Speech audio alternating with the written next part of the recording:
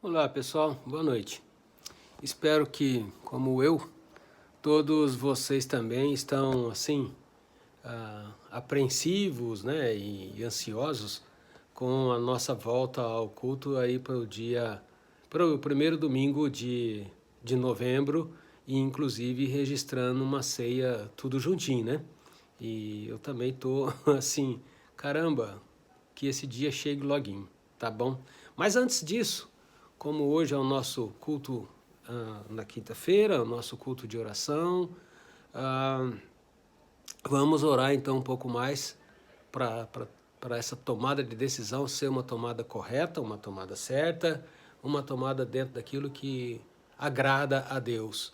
Mas decisão mais certa, decisão mais agradável a Deus é o que nós vamos ouvir agora, essa meditação, esse pedacinho, né, da palavra dele próprio, nos fortificando e nos animando a obedecê-lo.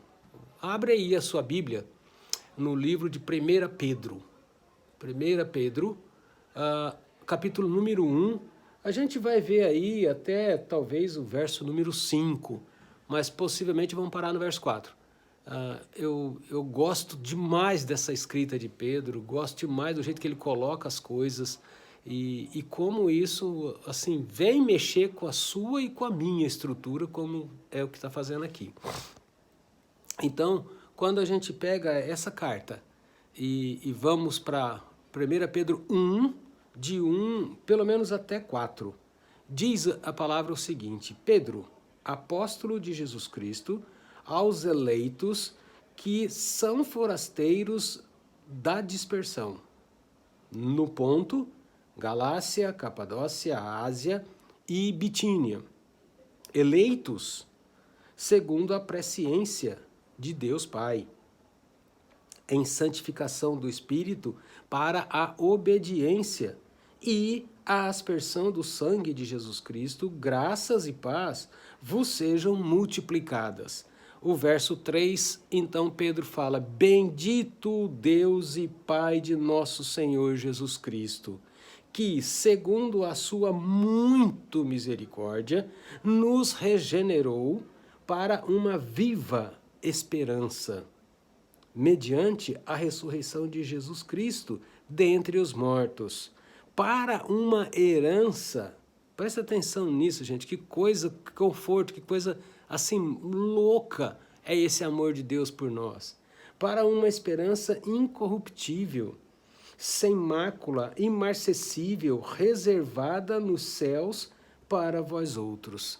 Depois o verso 5 fala que sois guardados pelo poder de Deus, mediante a fé, para a salvação preparada para revelar-se no último tempo. O que Pedro está querendo dizer? Primeiro, é bom a gente avaliar aqui esse trecho e ver que nele existe aí dois personagens, tá bem?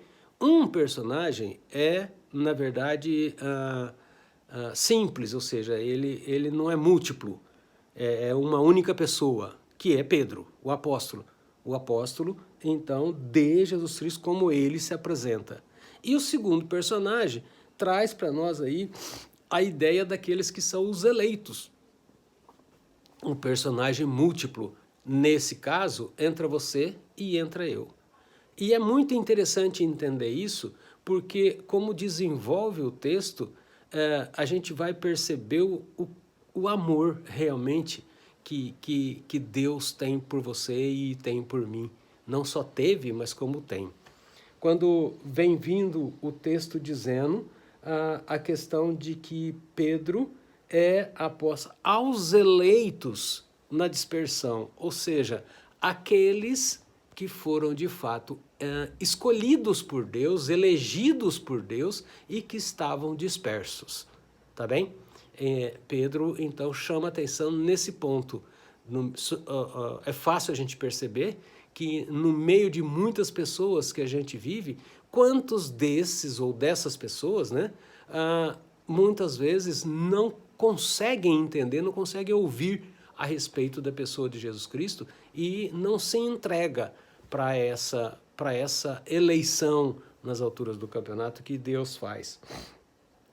E ele fala assim, ó, segundo a presciência de Deus Pai. Essa eleição é segundo a presciência de Deus Pai. O que isso significa? Presciência seria alguma coisa como que já havia-se sido decidido. Alguma coisa com decisão de muita antecedência. Ou seja, Deus realmente sabe perfeitamente de quando criou o mundo aqueles que serão dele, na verdade. Os que são, na verdade, os que já são dele. Ele sabe muito bem. Pelo menos esse é o meu ponto de vista. Eu sei que tem muita gente que defende firmemente, bate o pé, que não existe esse tipo de eleição. Mas no meu ponto de vista, vários textos que a gente vê, João mesmo fala alguma coisa relativa a isso. Para mim é bem claro a questão da eleição. E Pedro está dizendo que, segundo a presciência de Deus, em santificação do Espírito, por que Deus então fez isso? Na verdade, há esses escolhidos, há esses já decididos por ele, que eles vivam após saberem dessa escolha por Deus, eles vivam na obediência da palavra de Cristo. Então, nós também vamos saber como os que não estão dentro do processo cristão vão saber. Aqueles que são cristãos, aqueles que foram os escolhidos, eles de fato vão viver de acordo com as decisões de Deus, de acordo com a palavra de Deus. Se a gente vê grupos de crente vivendo de maneira distorcida, pregando a palavra distorcida, é bom ficar assim, né?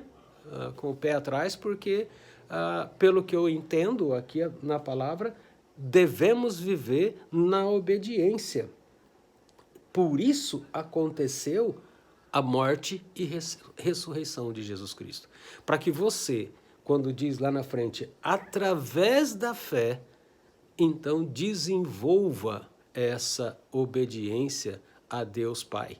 E era isso que eu queria chamar a atenção quando então o apóstolo Pedro completa dizendo que essa herança, ela é uma herança do tipo que não se corrói, como a nossa política aí é corroída, é corrompida.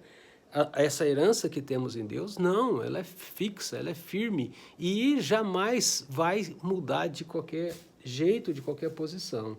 Ela não tem mácula, como se lembra a Jesus Cristo, imarcessível. Eita, palavra complicada, mas não, uma palavra até muito fácil de entender. Imarcessível é aquilo como se você vê uma planta na sua casa com um verde bonito, um verde lindo, um verde maravilhoso, principalmente agora que entrou a primavera. Você olha as árvores aí na rua, são tudo soltando folhas novas, é um viço, é aquele viço da vida, aquele viço do vivo. Tá bem? Isso significa imarcessível. E essa herança precisa de viver dentro de você e dentro de mim, ela precisa estar dentro de você, dentro de mim, por meio da fé, assim, viçosa, de forma que qualquer pessoa possa notar isso em você.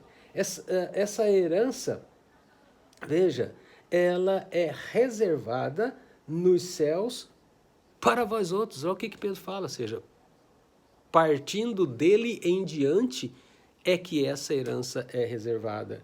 Agora, que nós somos guardados pelo poder de Deus, no verso 5 vem trazer para nós, mediante o quê? A única forma de eu ser guardado, de eu ser ligado com Deus, de eu estar obedecendo a Deus, é por meio da minha fé. Não tem outro caminho, tá bom?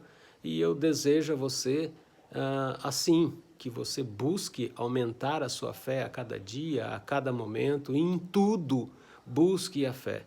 Não duvide de Deus, não o abandone, pelo contrário, fique firme, tá bem? E no nome de Jesus Cristo, tenhamos um restante de semana legal e façamos agora a colocação dos nossos pedidos, das nossas alegrias e agradecimentos, tá bem? Para que o grupo possa continuar em oração por você e te agradecendo ou até fazendo uma petição a Deus, ok? Deus os abençoe e sejam guardados, como Pedro disse, na esperança dessa fé que é incorruptível. Amém. Até domingo, com a graça de Deus, dessa vez, ainda com o culto pregado através de vídeo gravado, tá bom? Deus os abençoe. Tchau, tchau.